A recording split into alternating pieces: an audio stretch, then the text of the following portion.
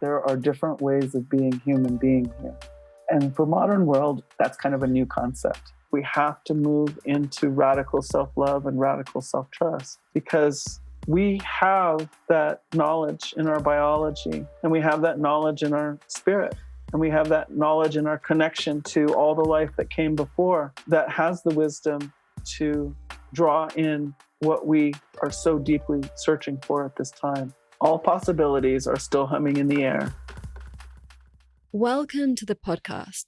By the time you listen to this, we will perhaps know who won the US election as this extraordinary year continues to unfold.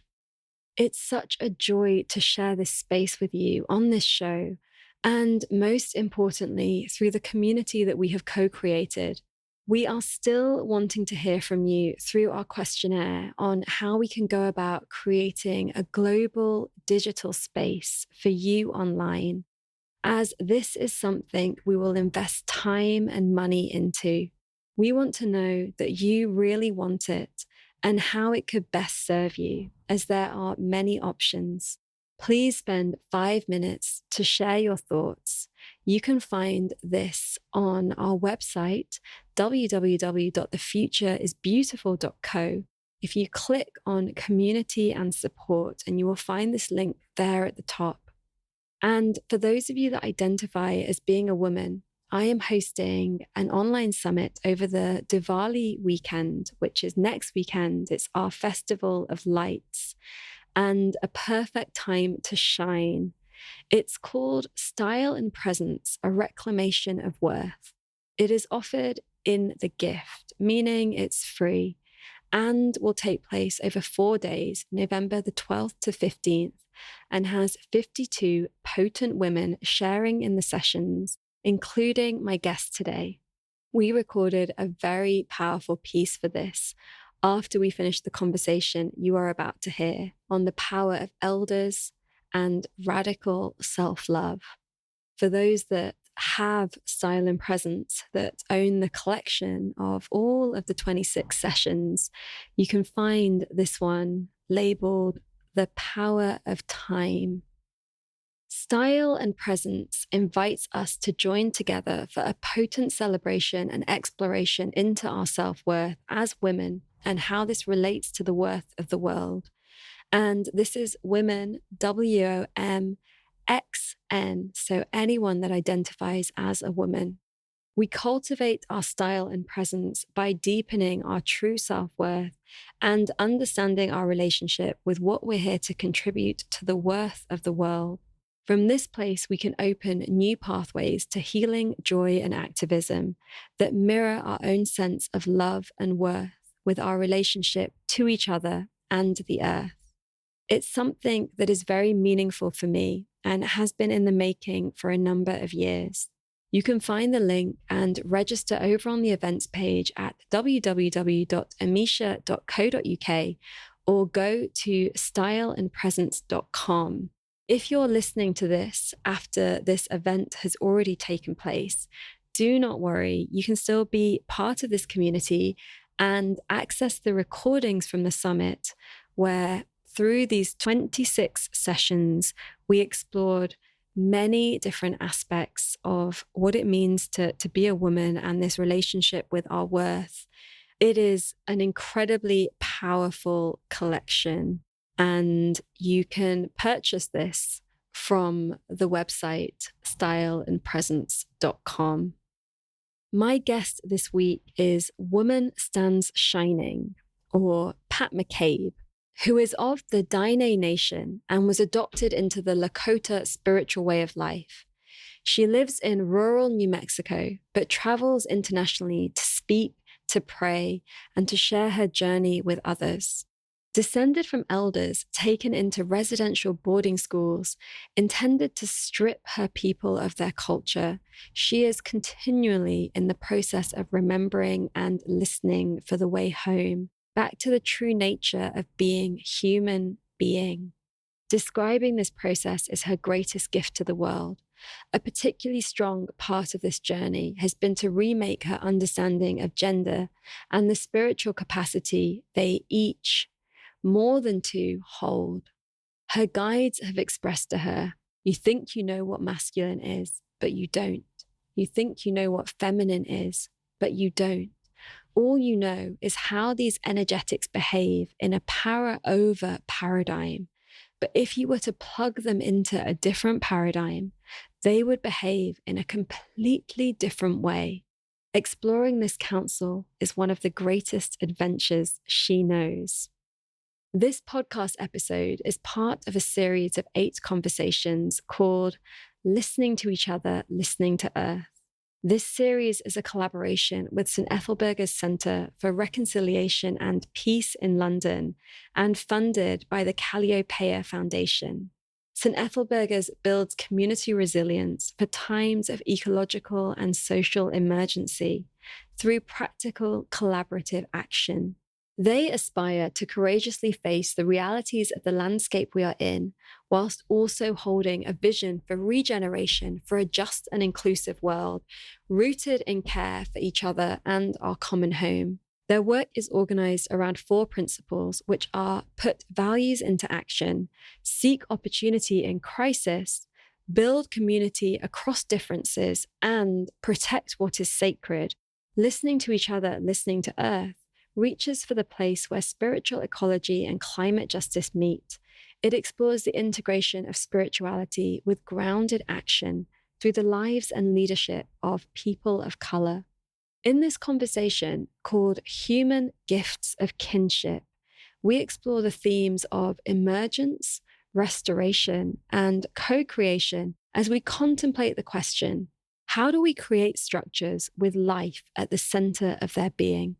We hope that you enjoy this conversation and that it opens up new possibilities of being human within you.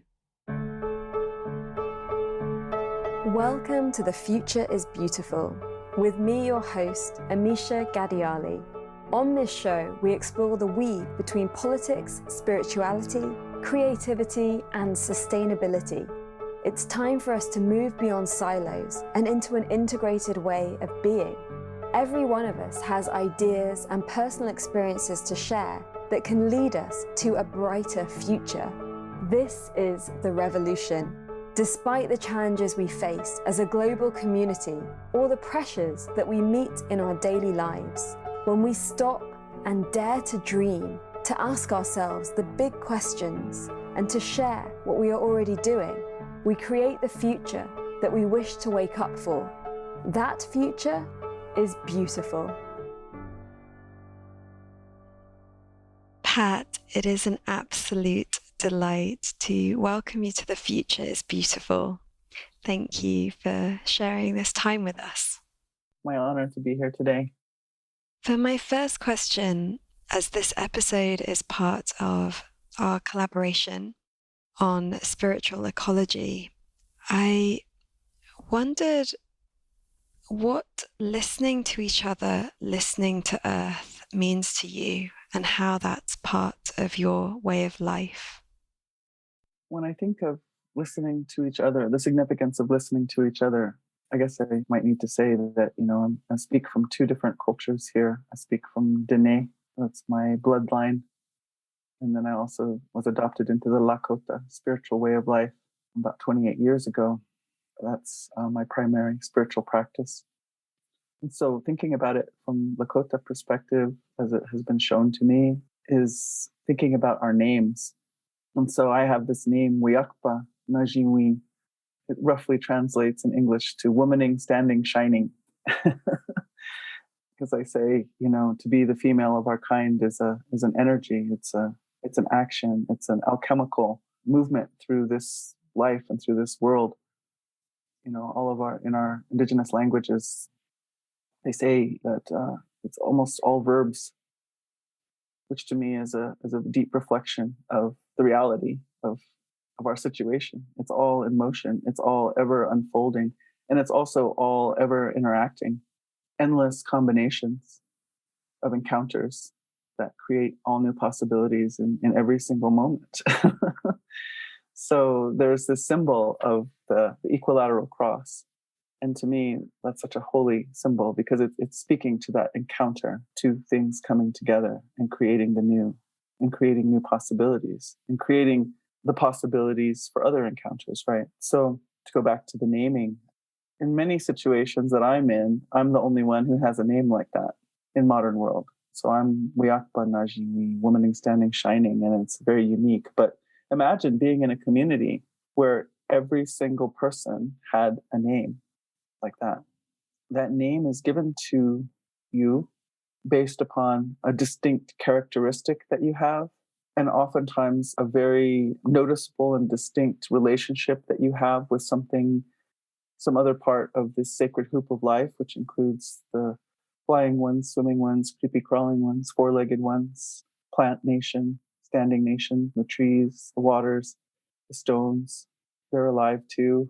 So you receive this name that's acknowledging something very unique about you in the relationship with all things, or a very unique encounter that maybe your whole community witnessed, or people in your community witnessed, and it was so remarkable. It's also acknowledging, your encounter with that mystery, with that incredible magic and mystery that we live among. And so you are sort of marked by that encounter with this name. My name arose out of a very specific encounter. It has a lot of significance to it. So I guess that's the first thing that came up when you were talking about listening to each other. Because if we sit in circle with all of our relatives who we acknowledge have these relationships and have had these experiences, encounters, inputs, perhaps they're allies to stones or deer or bear in a very special way, so that when we sit in circle and we listen to each other, for instance, in the talking circle, we're really listening to the wide world. We're really listening to the earth world, our earth community, or the larger community, and the spiritual community too. That's something that came up right away when you said that. It's so beautiful, that honoring of soul and those incredible qualities that each of us has, and to be able to name that in community and to be able to see and recognize that in each other is so different from the dominant culture way. Yes. And the other part of it is that you might receive another name. So you might start out with one name, and then another significant thing might have happened, or there's a very clear evolution of some kind in your role in the community, or with the human community, or with the community of the natural world. And so I find that also very interesting. And I wonder if maybe at some point I'll receive another name. I kind of feel like I'm evolving into something quite different right now. So who knows? I might receive another name. But that's also just to say that was part of the very painful aspect of, the attempted genocide of this nation that I live in, what we now call the United States, to be stripped of our names and be given the European style naming system. That was a pretty deep act. I knew it was, but just sitting here right now, it's kind of registering with me in a very different way.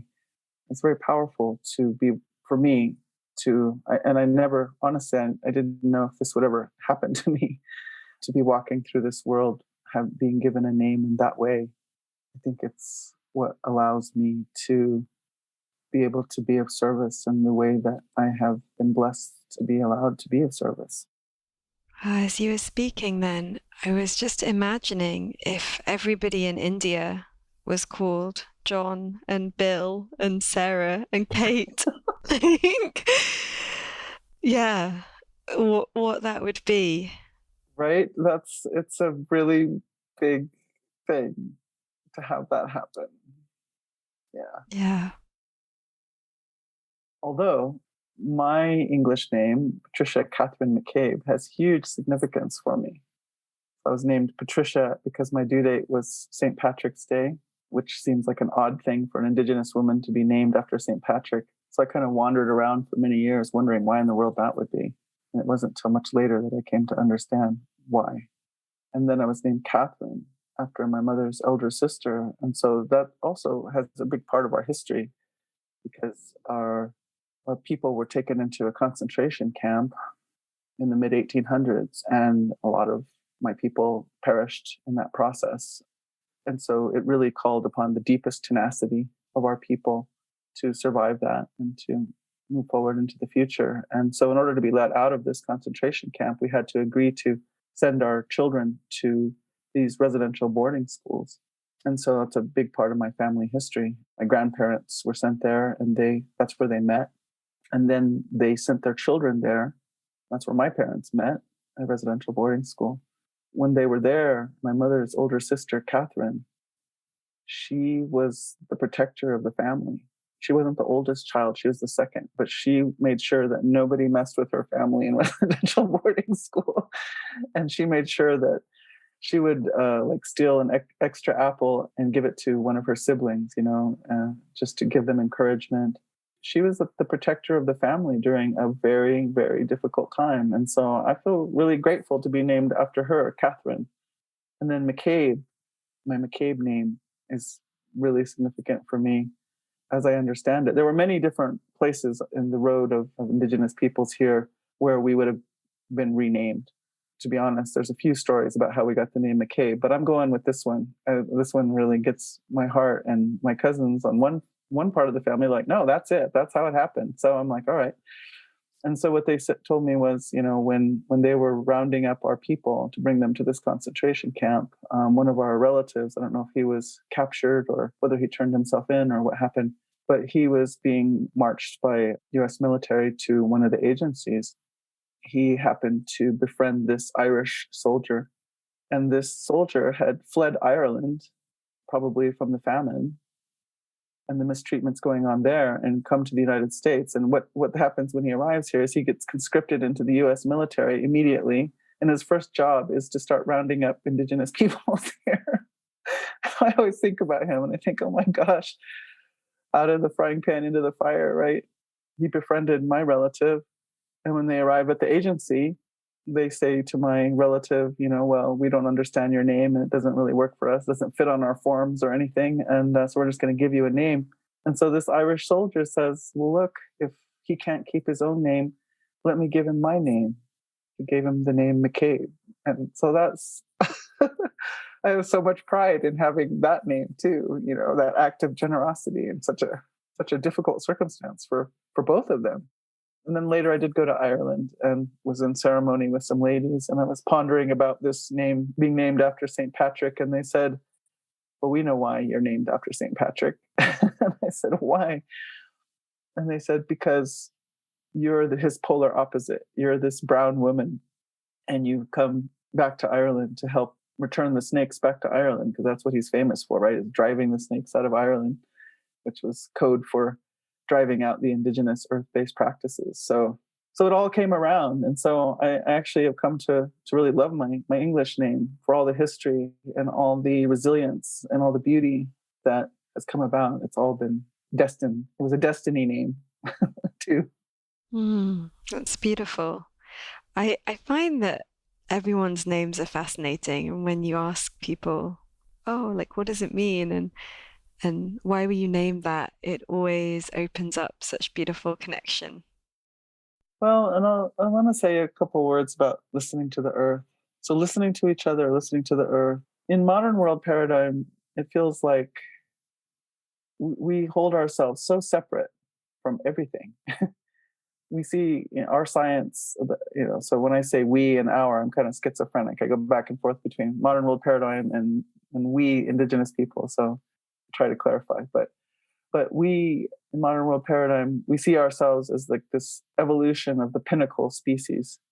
We see ourselves so separate so often from other forms of life, from water, from air, everything. And so in that context, as we listen to each other, we're in a little bit of an echo chamber as a species. And I say I'm very concerned especially for the people who are really in deep urban centers, because everything that they see, everything they encounter came out of the human mind. And that's a pretty distorted version of what's actually going on this Mother Earth. We don't really pay attention to even where those things came from or how they got there or what all was involved and who was affected. But just the fact that even our children might grow up and spend their whole lives only being, primarily surrounded by things that come out of the design of the human mind. And so that's a strange mirror for a human being to have, actually. In that context, we're listening to each other and as though there is nothing else. And that's also problematic. What I've been learning, so I gave you the history of my family. So by the time I came along, nobody was speaking our language and nobody was practicing our culture. And so I've been on this big journey, the proverbial journey back going home again. And I say that's the greatest gift I give to humanity is describing that journey right now. But what I've learned is that, our elders say we were the last to arrive, which, modern science agrees with. And therefore, that means we're the babies here. We're the most immature. We know the least about what it is to be on this earth. We need to be listening to all these elders around us. Every other being is our elder. And they are doing their best to try to give us instruction about how to be here. And so I'm thinking, when you're sitting with people who have that perspective, listening to each other is expanded, I'm going to say, because people aren't just speaking from themselves, or they're not just speaking from as a human being, an isolated entity from everything else. And so the conversation and the feel of the conversation is quite different. So I love being in Indigenous ceremonies and listening to the people talk, because it is really, really different and very powerful and very affirming and consoling, I guess I'd have to say. And then when we turn together to listen to the earth and to listen to our elders as community, so this would be in ceremony, so powerful to acknowledge our humanness and to be with our human relations, but to really together be opening and listening for, keep calling it the larger community, the natural world, but also the spiritual community. That's been it's been one of the biggest transitions of going from modern world paradigm back into Indigenous paradigm, is this opening and having a consciousness at all times about what else is speaking, what else is trying to speak here. So, we were just laughing because I just had this opportunity to meet Sadhguru here in New Mexico. He was passing through on his motorcycle touring the United States. And while we were sitting down to talk, this rabbit came by and I mentioned it. And then there was this bird, this very particular bird, the flicker, and it kept calling out and calling out. And I was pointing it out. I was like, there's the flicker, there's the flicker. And people didn't seem to be registering much with the people around me. But for me, it was very significant that bird showed up then. And right when I was leaving, the flicker flew right over all of us. I haven't seen any flickers here in Albuquerque. So, so for me, I'm like watching and I'm like, it tells me it was a confirmation, like, no, this was good work. For me, the flicker is about joyful transformation. And so I'm like, okay, so something very profound just happened here. And I don't know what it is, but I can feel joyful about it. And I'm in the right place and I'm in the right time and I'm doing the right thing. And so, I left that encounter feeling, even though it was a little disorienting for me, it was like, there was like 12 cameras and all kinds of lights. And it was kind of wild to be meeting somebody for the first time. And he was wearing sunglasses the whole time. So I'm not used to that either, having meeting somebody and not being able to see their eyes. So yeah, it was a way of holding me in a unique situation. For instance, that's listening to the earth. It's beautiful that this communication is always present if we pay attention. How would you invite somebody that doesn't have a practice or an understanding of listening to the earth to begin? Before we even get to practice, I used to just dive right into, okay, here's step 1, step 2, step 3. But I've decided I'm going to start backing up a little bit at this question. It comes up a lot for me as an Indigenous person. And before we even get to practice, I think the first thing that I would have a person or us notice that there are different ways of being human being here. And for modern world, that's kind of a new concept. And post-colonialism, right? So that was sort of the thing about colonization, was we were sort of homogenizing humanity to one standard and one concept of how to be human here and what it's all about. That is the prevailing and predominant way that you find most in almost everywhere on the planet.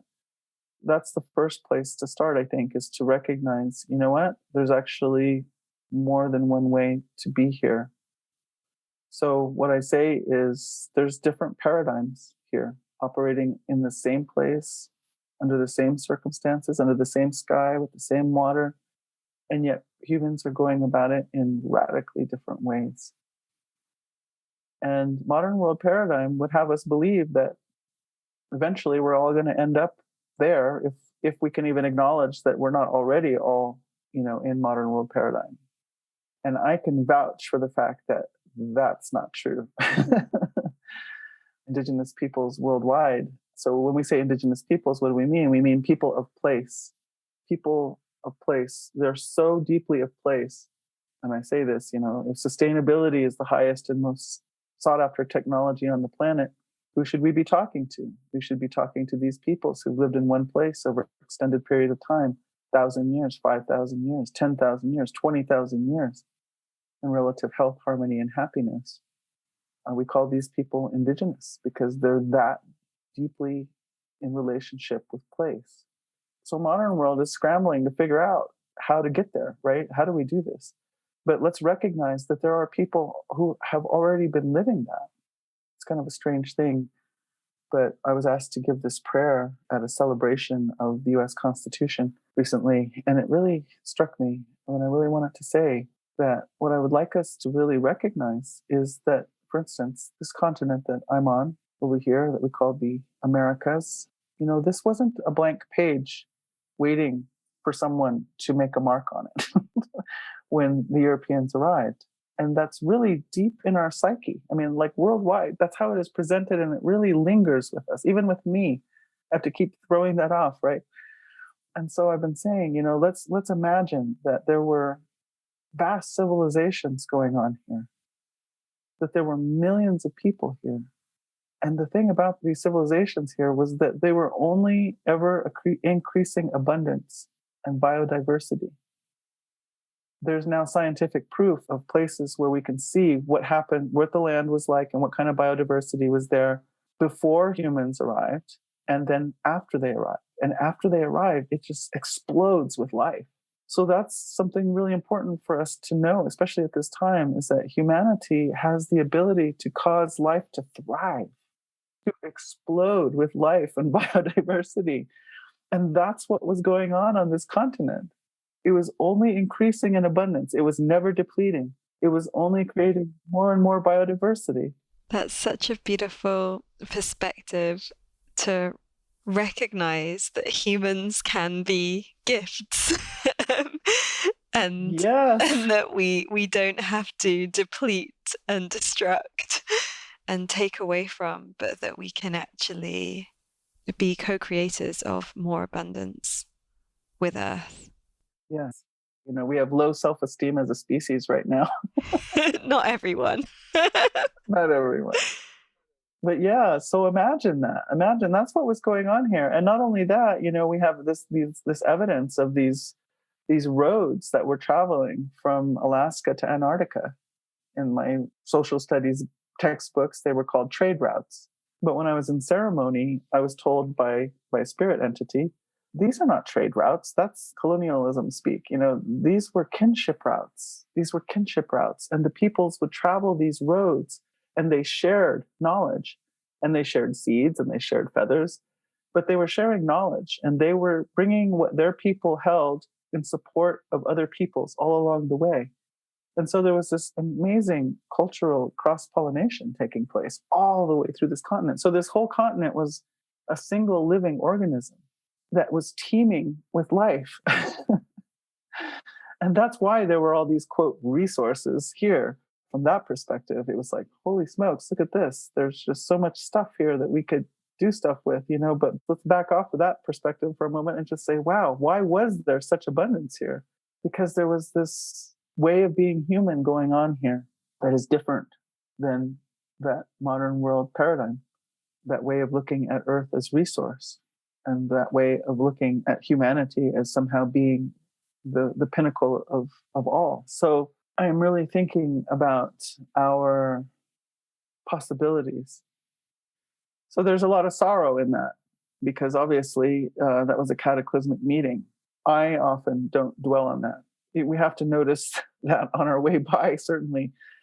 But as you say, to really notice a different way of being human here. So this is still going back to your question of how do you listen to Earth? So first of all, we have to notice this, because we have to break out of this mindset that says this is really the only way, and any other way is woo-woo or too exotic for me to participate in, et cetera. Because I want to point out that this wasn't just true of this continent. There were human beings living in a different way than modern world paradigm all over this planet. We're wiping them out, and we're wiping out their languages, and we're edging out their territories. And I'm going to say, not only as an indigenous person, but just as a rational human being, we are wiping out the library of deep understanding of how to be human here in such a way that we, along with all of our relations, cause everything to thrive here. So that is really important to be on all of our radars. What are we doing to these peoples who have this knowledge? It's leaving this earth if we can't attend to it. That's the first step, I think, is to notice. And there's a little story that I've said in many places, but I'll go ahead and say a little bit about it here, which is Dr. Greg Cajete wrote this book. He's a native scholar here in New Mexico. And he wrote this book called Native Science. And in it, he noticed, he said, when he was reading the early accounts of what people were writing about indigenous peoples here, he saw that they always used these same words. They said that they were primitive and childlike. He says, why do they always say this? Like, what's going on there? And I love him because he didn't go for the low-hanging fruit. He didn't go right away for what a bunch of racists such and such is. He said, there's a system of thought going on with these people that causes them, every time they see us, to think those thoughts and have those words. I wonder what it is. He said, maybe if I understood their culture, I would understand why that happens. So he started looking into, and this is him looking from his lens. We all have our lenses, cultural lenses, but he's looking across the fence at them. And what he thinks he sees is, well, all these early ologists, I call them, they were all primarily English aristocratic men. So he said, all right, so what goes on in their culture? So what he thought he saw in their culture is up until the age of 5, you're allowed to sing, dance, play, pretend to your heart's content. But at the age of 5, everything comes to a stop. And at that point, it's time to get down to the serious business of being the educated man. And what that means is the whole focus gets put on intellect, pretty much intellect alone. I mean, you can have all these other activities as hobbies, but that was the party line, I guess, for being the educated man, was all about intellect. Although now we know that some of the people were sneaking off and doing other things, some of the great academics of the time. Wait, but nevertheless, what kind of things? Well, some of them were dabbling in alchemy, and some of them were, I don't know, there's some links to Freemasons, and they were up to all kinds of stuff, so there were other things, but the main public party line was it's all about the rational and reductionist thought process, intellect, right? Intellectual way of seeing things. That's how their culture was. And it was that way for them all the way up until they die. So here come these guys. They come over to our part of the world and they're witnessing us. And what are we doing? We're singing. We're dancing. We're having conversations with things that you can't have a conversation with. You can't talk to rocks. Got my rock here. You can't talk to rocks. You can't talk to animals. We're seeing things that they can't see. We're visioning. And so their only conclusion is, wow, these people are very primitive and they're childlike, because even their grown men are involved in the activities of children. To me, this is really, really significant that he wrote this out. This changed everything for me. This has been the basis of all of my work, I would say, or all of my journey through life. I can't really call it work exactly, but it really struck me. And I thought, wow, but what that also means is that my people never stopped those activities of the song and the dance and talking to caterpillars and trees. I mean, I did a lot of that when I was very young. It was very natural to me to do that. And it is to most people I talk to, right? So we never stopped doing that. And we began to be able to really cultivate those relationships. And I'm also going to say we began to cultivate these other ways of knowing. So the song is a way of knowing. The dance is a way of knowing that bypasses intellect. So it's a somatic knowing, I guess we might say. The connection I make is, so I say Indigenous peoples had this broad spectrum of ways of knowing. It wasn't just intellect. In fact, my elders would say intellect is the least reliable way of knowing anything. So we have it flipped. The connection I make then is it a coincidence that these people who have this deep, deep sustainability also have a very broad spectrum of ways of knowing? And I'm going to say, no, that's not a coincidence at all. It's required in order for us to have this. I mean, sustainability is such an antiseptic word for what we're really talking about. We're talking about a passionate body love affair with our bodies and earth and the elements and sky. And so to call it sustainability is a little too proper, really. But in order to have that, we can't do it through intellect. We can't do it through intellect. And since this whole modern world paradigm is based almost entirely on intellect, we're struggling with it. We're really struggling. And we're struggling in our relationships too, because, I keep saying to people, try having a romance by intellect alone. Horrible. Absolutely horrible. It just won't work. So if you really want to get down to the business of love, you're going to have to step out of intellect. So all of that background I give to say, at that moment when you can take that in and realize it's not a madness as we look across the fence at all these cultures and they're drumming and they're singing and they're dancing and they're wild clothing. It's this love affair. And it's a love affair that has gone so deep, just like you want to carry something that your lover held, her handkerchief, his brooch, whatever it is. Even I had a boyfriend when I was 11 years old, pick up this little piece of metal he found on the street, and he bent it into this little loop and he put it on my wrist. And I did not take that off for 2 years of my life because I was so smitten by this beautiful boy. And so it's like that. So that's why these people are wearing feathers. That's why these people are wearing skins. They're like in this mad love affair with this life.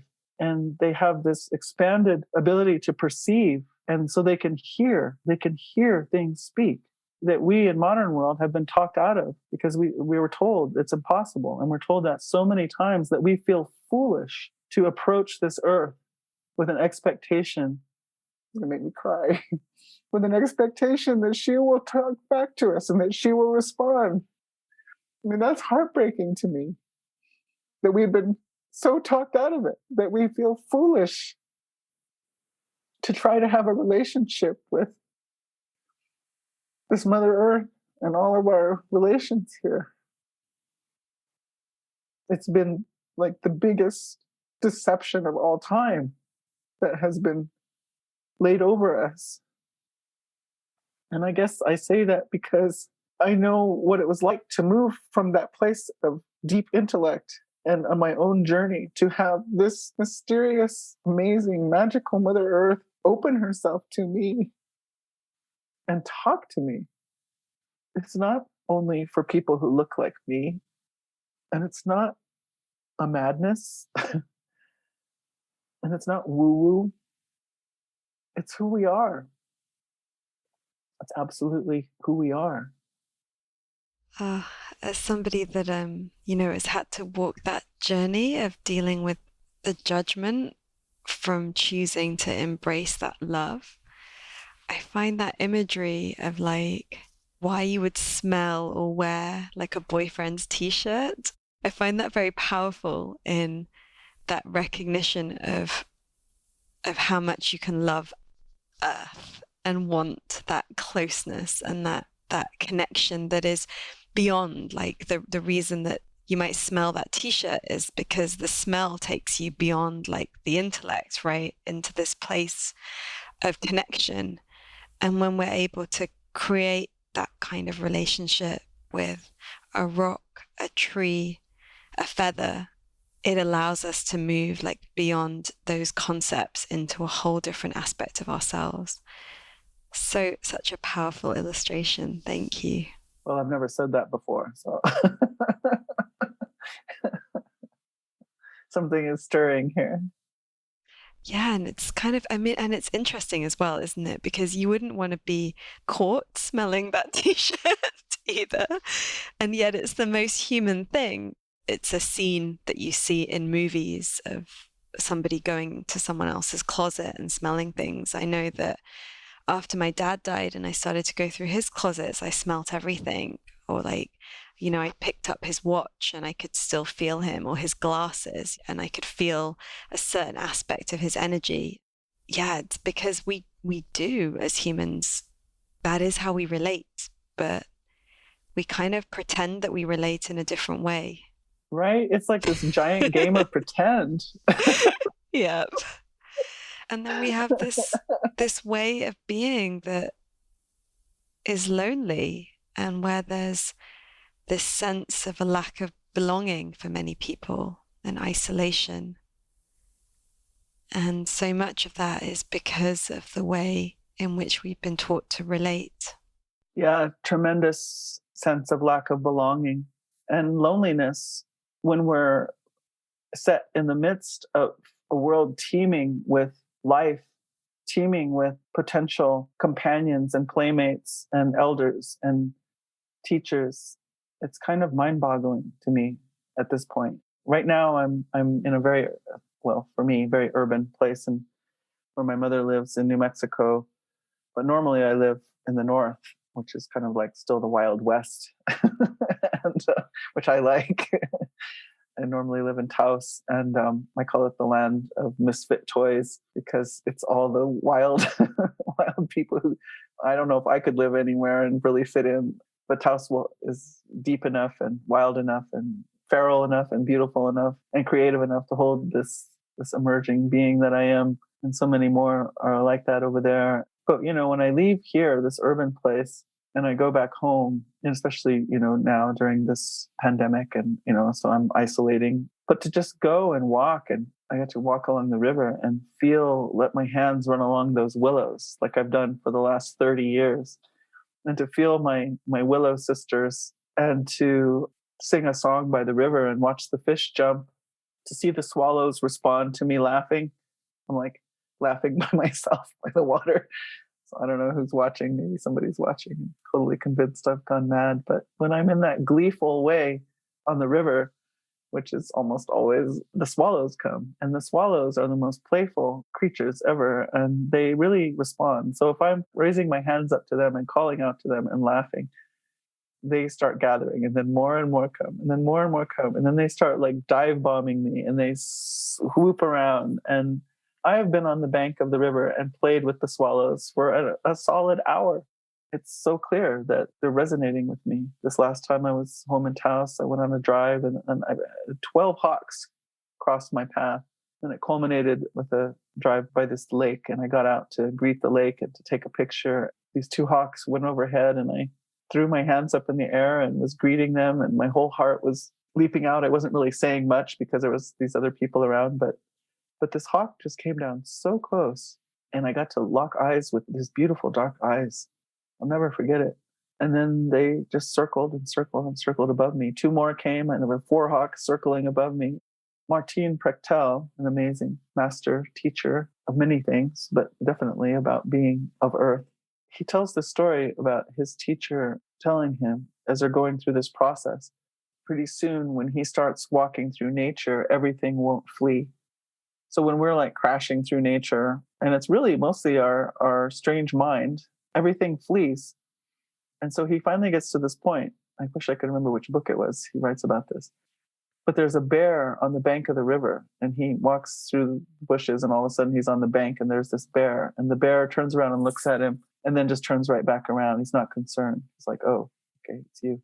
And so they both end up sitting on the bank of the river for a while, because that was evidence to him about how his beingness had changed, that there was no conflict of any kind there. And eventually, his teacher tells him that he must bring him the whisker of the jaguar.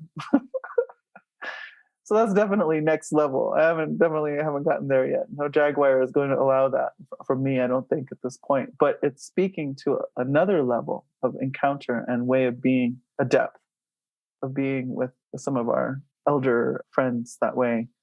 I guess that's also what I mean when I say there's different ways of being human here. And so I feel like I'm witnessing that for myself now. And I'm really glad that Martine chose to share that with us, because it lets me know something. Now things aren't fleeing from me. Now I'm having these encounters. I'm having these relationships. I don't feel alone, and I don't feel so isolated and abandoned by what's taking place in humanity. There is this whole community that I can go out to. So that brings us back to, finally, what is the practice? And so I'll just say that, the gesture that is recognized anywhere on the earth is the way of the offering. That's what human beings have been doing everywhere since who knows when. But to go out, especially, I was told at sunrise, when that holy star disk is coming up above the horizon, to present yourself to that holy star, it's also acknowledging yourself as the beloved child between these two gigantically passionate parents that we have, this holy star and this Mother Earth. They've been lovers for a very long time. Together, they have grown all kinds of life, and their children have evolved and evolved. To stand between them and acknowledge that place that you have as their child, and to inquire and say, I acknowledge that I am of this earth and I'm of this star. I usually give thanks for that opportunity to be on this earth. And then I reach out to that which serves life, light, and love, and I ask for their input into my life, into my day.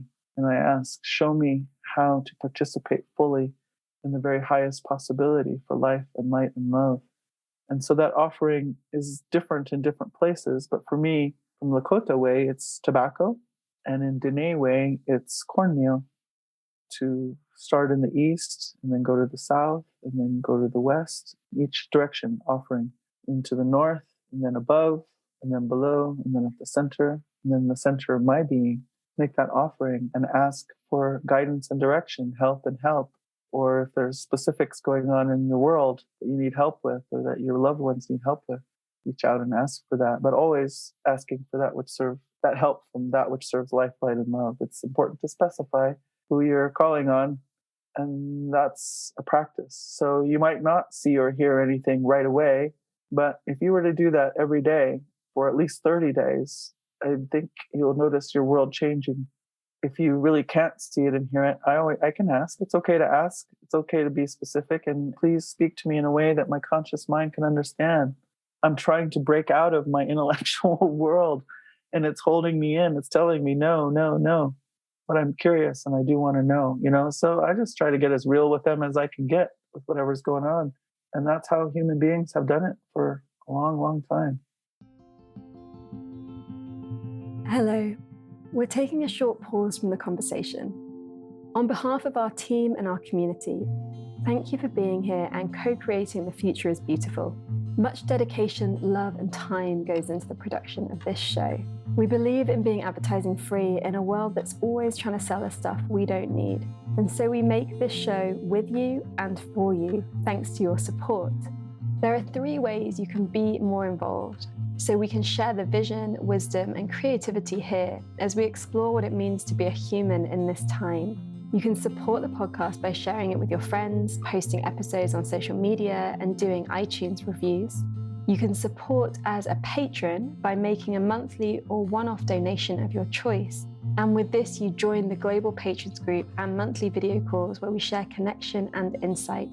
You get to know the other amazing patrons from around the world, their stories and their work, and you offer direct support to me and the team, as well as being brought into the behind the scenes of creating something like this.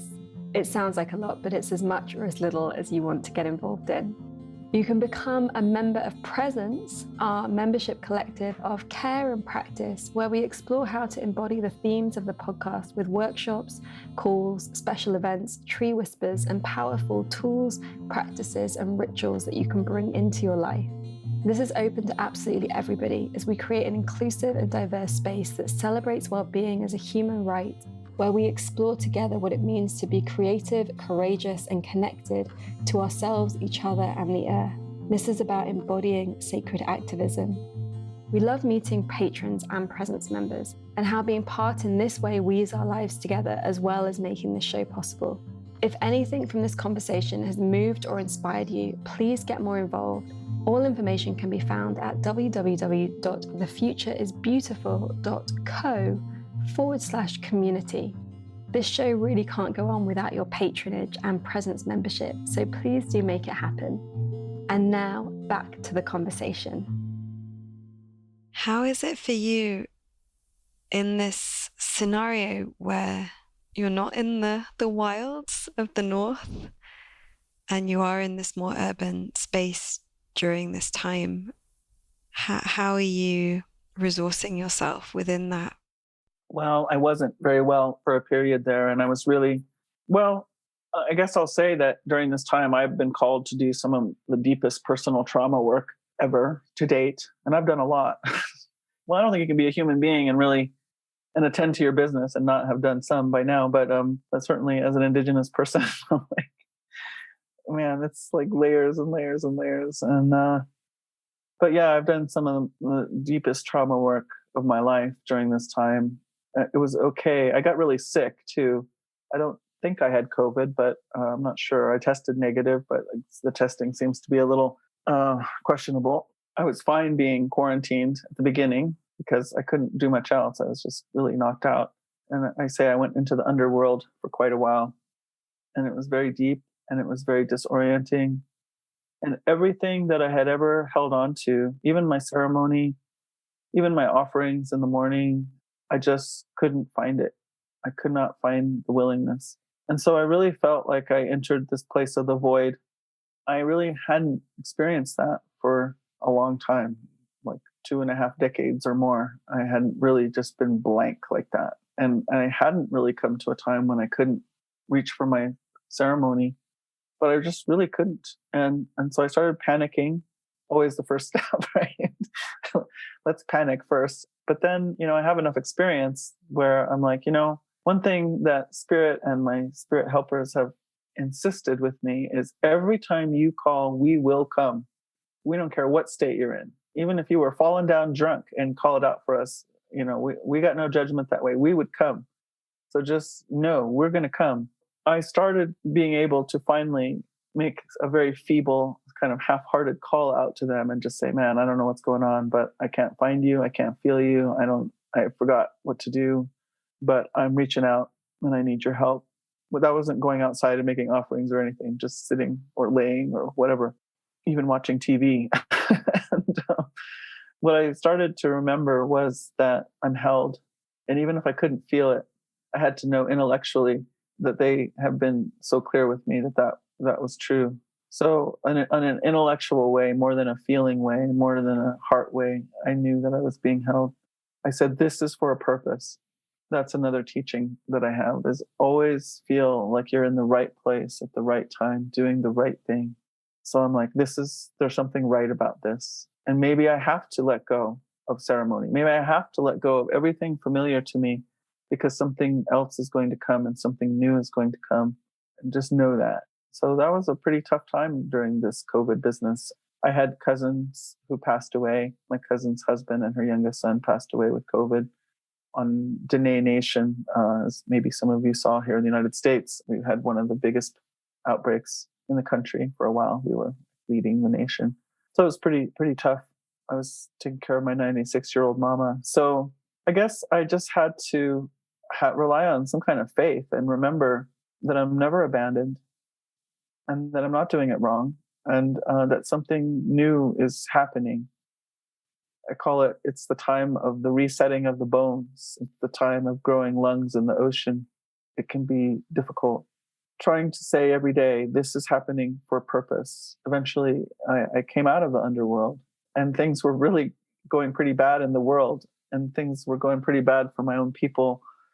And I was euphoric when I came out of the underworld and it felt so inappropriate. I'm like, you really can't be dancing around on the streets in happiness right now. Nobody's going to want to see that. Nobody's going to want to be around that right now. And then, the election's coming and oh my God, and I'm still that way. So I've decided, no, I'm going to just be euphoric. I'm sorry. I got to be euphoric. Like I can't miss this opportunity to catch that euphoric train and ride it as far as it's going to take me.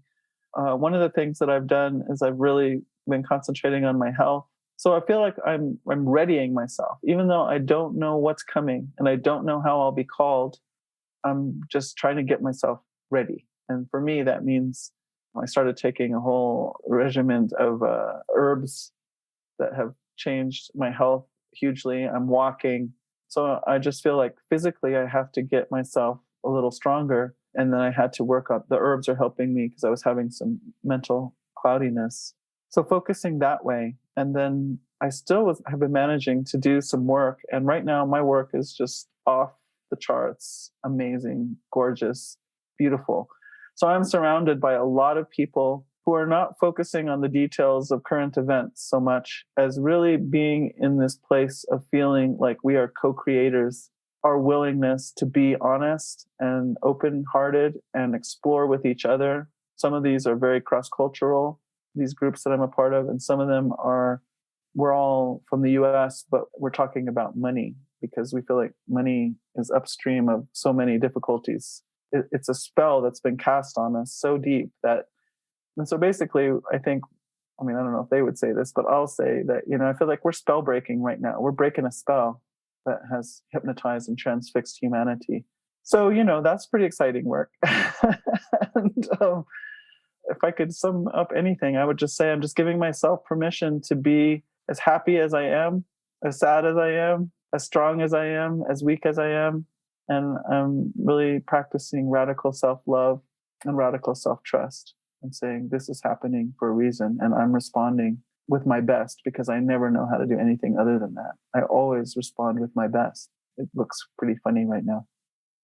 How can we understand how this virus, but also maybe other illnesses, are affecting Indigenous communities more, it seems, than other communities? And from what I understand as well, like in the Amazon, like the virus has been very strong.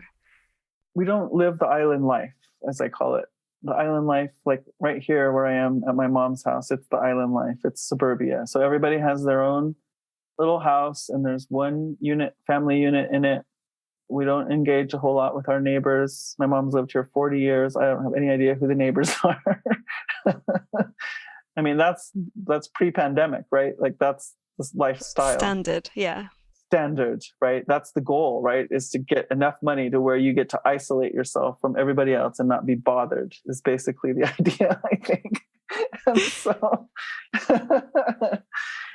because relationships are a pain in the butt or whatever, and I don't know exactly, but that seems to be what's going on around here. And so in Indigenous communities, we're very communal. That's our healthy, quote, intact state.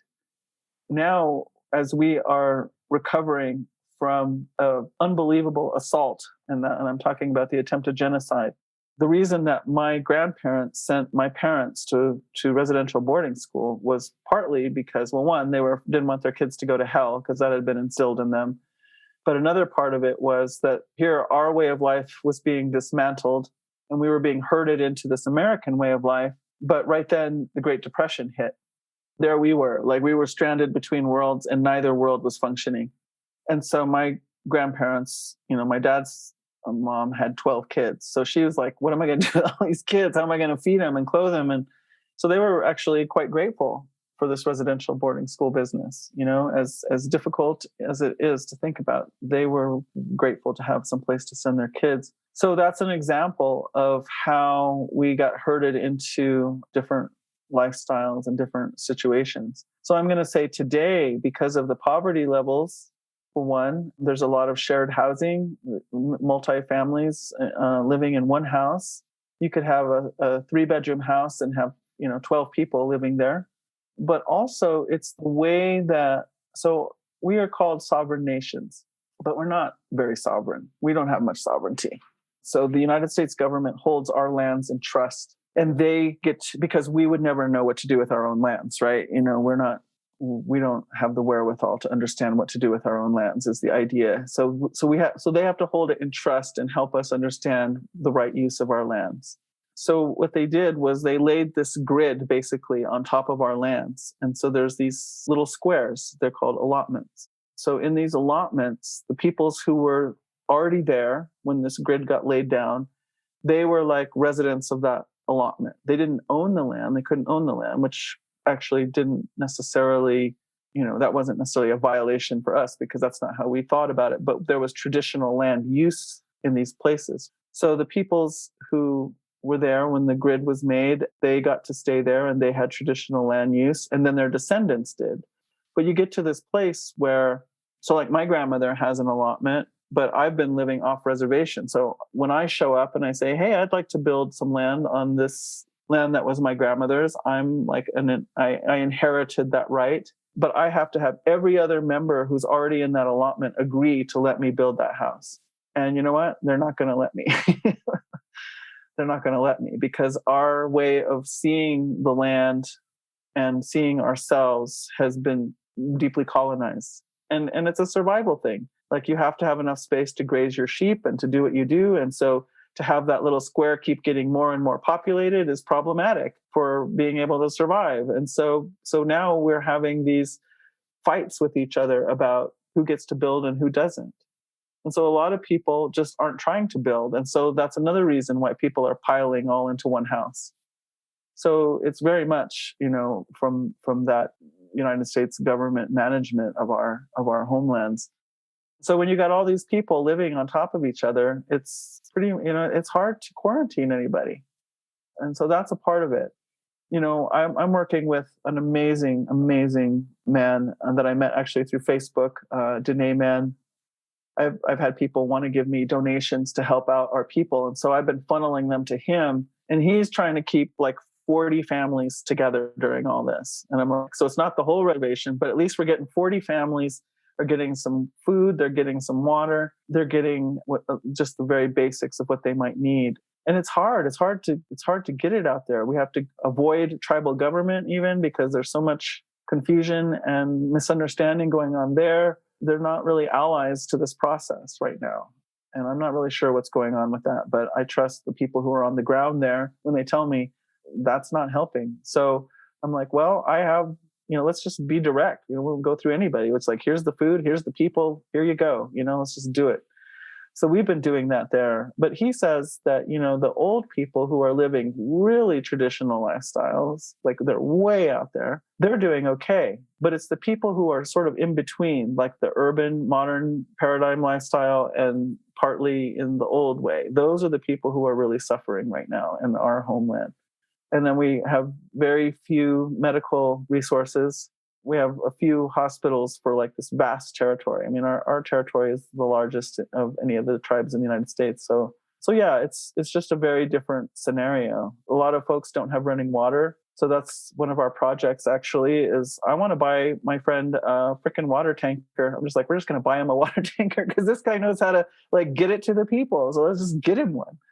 Nobody can say we can't buy him a water tanker. So let's just buy him one. And then we're trying to get those big water containers to bring out because people are using barrels. They have always. But now also the water's drying up. And part of that has to do with the fracking that's going on out there. And so windmills and water sources that people have always gone to, they're suddenly drying up as well. Plus we're having a massive drought here in the Southwest.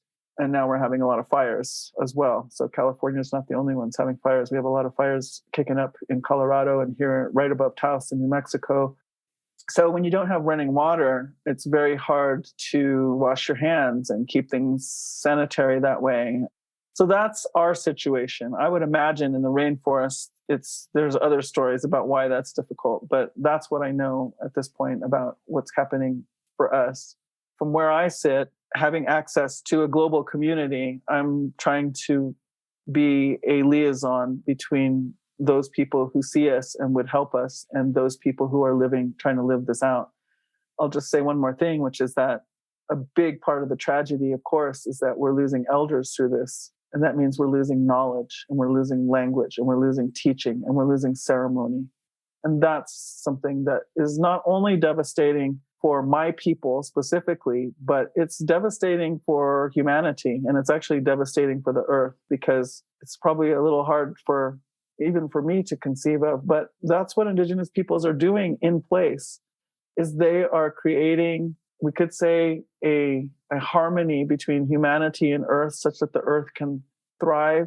In scientific terms, we might say they're creating a symbiosis that allows earth to thrive.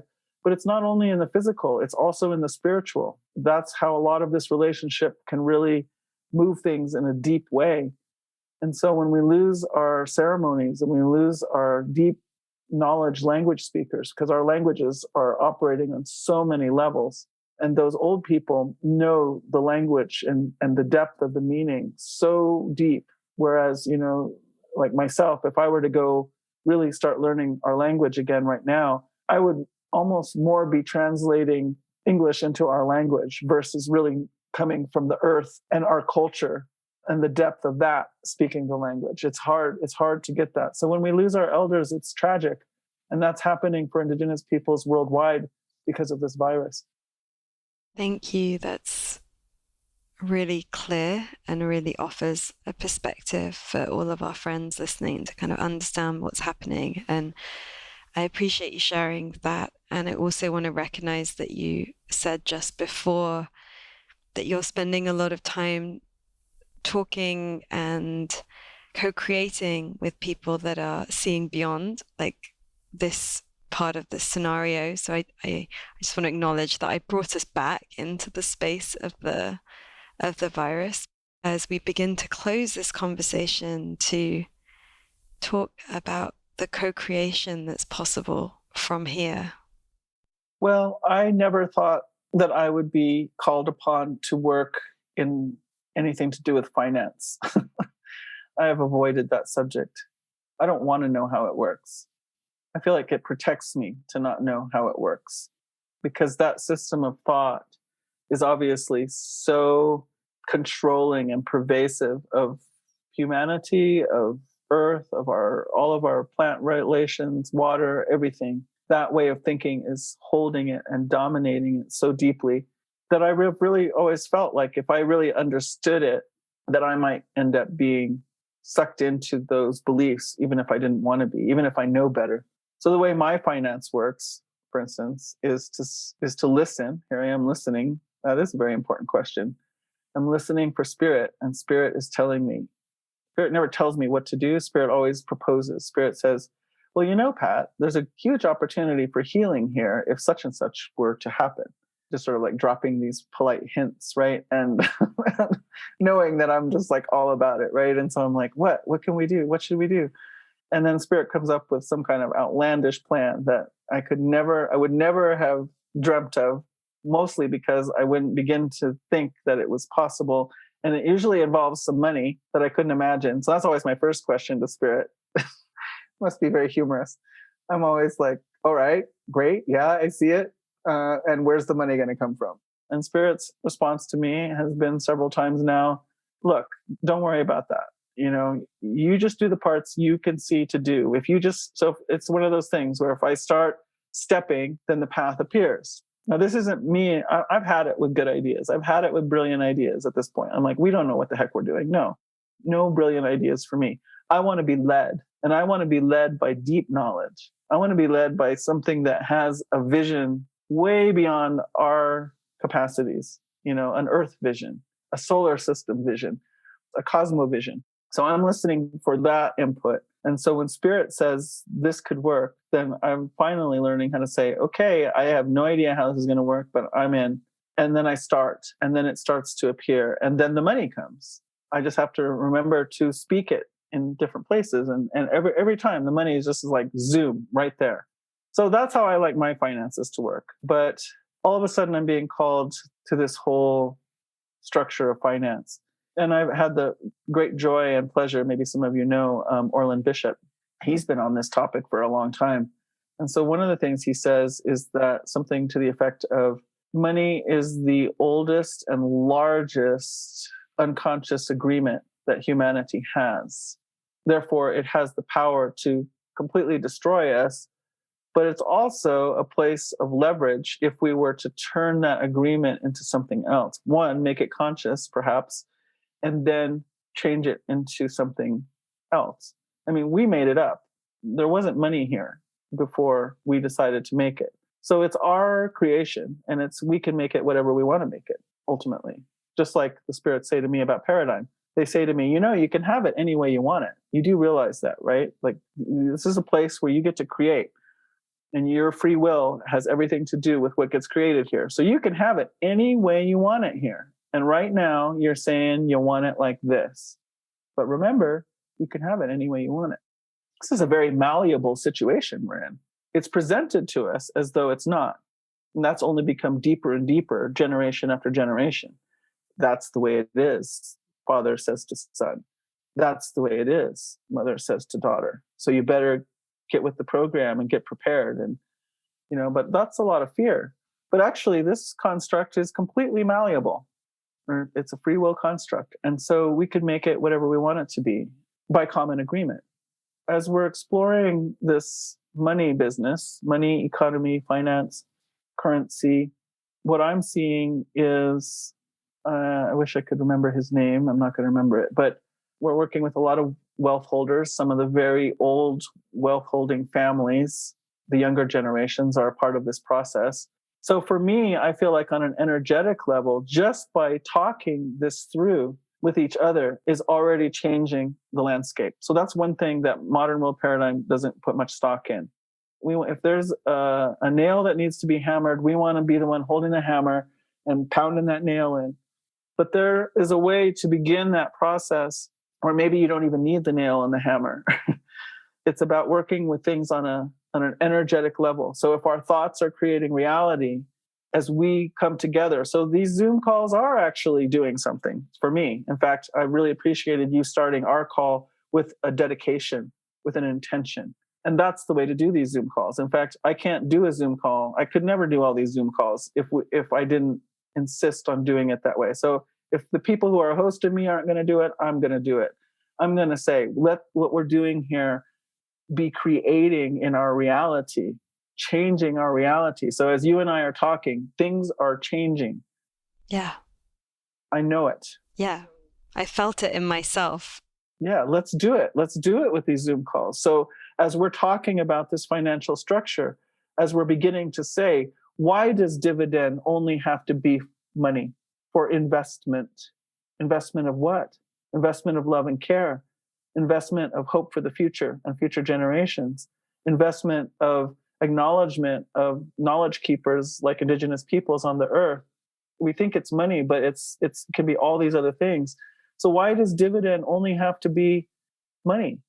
Why can't dividend be restoration of right relations? Why can't dividend be the return of lands to indigenous peoples? We can change that structure. So to talk to wealth holders about that possibility, that's stepping out of the old agreement consciously. It takes relationship building, and it actually takes a lot of emotional support, because that's a very primal place for us. I mean, that's food, clothing, and shelter.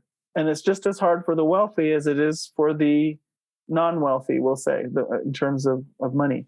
We're both feeling really, really vulnerable. There are all these emotional rules about holding wealth and about what you do with it. You must never be foolish. And therefore, you must never take risks. And you must keep growing it. It's just endless, right? We're changing those agreements. And so I just give that as an example of exploring. One of my favorite books at one point was The Biology of Transcendence by Joseph Chilton Pierce. He talks about this, so it's almost like a formula for inviting in the new. He was talking about, like how the benzene ring came into being. It came in chemistry. And so the symbol for that is the serpent eating its tail, right? That was the symbol that came to the scientist. Now, what that scientist had going was the scientist had a burning inquiry about something, and he had a lot of knowledge in his field. And so when this symbol arrived to him, he recognized it because he had the knowledge to see what it was and what it was speaking to. And it changed the course of chemistry. I don't actually know that much about exactly what that was, but that's one of the examples he gives. He talks a little bit about Mozart, which is slightly different. Mozart was tapping into the field of music such that, he could just write it down, one shot, write these incredible things. So what he says is part of the formula is burning inquiry. So we're in burning inquiry right now as human beings. Like, how the heck are we going to live? We're in this inquiry. All these things are coming up. And actually, all these structures are breaking down. They have to break down. We created some of these big structures that are dominating humanity, thinking, again, that we were the pinnacle species that could be separate from everything else. So we didn't create them with the thought that we have to put life at the center. We didn't create them with the understanding that we are an interbeing and that for us to thrive, all the rest of the life has to thrive as well. So all of these structures were not created in a life way. And now that we're being confronted with, well, do you want to live or don't you want to live? And we're saying, yes, we want to live. We're trying to reach into these structures and find solutions, but they weren't created for that purpose. They weren't created with that mindset. They were not created to address what we are being asked to address right now. So yeah, we feel fumbly. We feel like, oh my gosh, where am I supposed to go? What am I supposed to do? Because those structures aren't helping us figure this out. So we have to be inquiring into the new. So we have burning inquiry. And those of us who have knowledge, different specific knowledges. So for me, maybe that's my ceremonial life. I'm prepared for the lightning strike of solution to come through that means of my ceremony. But maybe you're a biologist and you're going to have a lightning strike come, and it's going to come in symbol form. It doesn't come in PowerPoints and linear language usually. It comes in symbol form that you have to recognize. So here again, we have to break out of that mindset of, oh, that was nothing. That's crazy for me to think that little signal really was significant and meant something. That's that old intellect only way of being. No, we have to be able to open to be able to receive the new. I'll finish with this in saying that if those systems that we created cannot address what we were being asked to address, which is life, because they were not created with life at the center, then that really undermines our sense of identity. If we're identifying with those systems only, and if we don't realize that there's other ways of identifying with being human, we're kind of stranded. And so one thing I've been saying, this young person asked me point blank in an interview that was live on the internet, is it too late? And what should we be doing? And I was like, oh my God. But the first thing that came to me was all possibilities are still humming in the air. And I believe that. And still now. And the other piece of what should we be doing is I think we have to move into radical self-love and radical self-trust, because we have that knowledge in our biology, and we have that knowledge in our spirit, and we have that knowledge in our connection to all the life that came before that has the wisdom to draw in what we are so deeply searching for at this time. Thank you, Pat, for these words and for the transmission that you're sharing with each of us that are listening to this. Very grateful to have this opportunity. Thank you. I'm saying things here that I have never said before, so I'm learning as I'm talking too. That seems to be something that happens with The Future is Beautiful. As we abandon all scripts and come into this space beyond. How can our friends listening connect with you deeper if they wish? And perhaps also people will be moved to donate money as well to support in these water tanks and containers and such. Thank you. So I have a website, patmccabe.net. I believe there's a donation site there. And if you can designate whether you're doing that for Diné Nation or just to support me in my journey, either way, it's likely that it'll all end up supporting Diné Nation anyway. But, sometimes I have needs come up too. So anyway, I just appreciate that opportunity. And thank you for hosting this space for all of us and creating this place where we are creating in reality. Everything begins in the energetic. If you're working in that place, you are creating. And I feel like what you're doing here in these podcasts and the way that you're holding them is very powerful. So I'm really pleased to be a part of it. Thank you. Thank you for spending your precious time with us. As always, you can find links to everything we mentioned in this episode Download our book and discover so much more over on the blog. We don't believe in selling you things you don't need through this podcast, and so it's made possible with you, our community. If you loved this and would like to fund our show with a monthly donation or join our online group to connect with other listeners, please visit www.thefutureisbeautiful.co and click on Community and Support. Please also share with friends, hit subscribe, and leave us a review so we can grow. Those gold stars really help others find us, so these ideas can spread. Here is to us, creating a beautiful future together.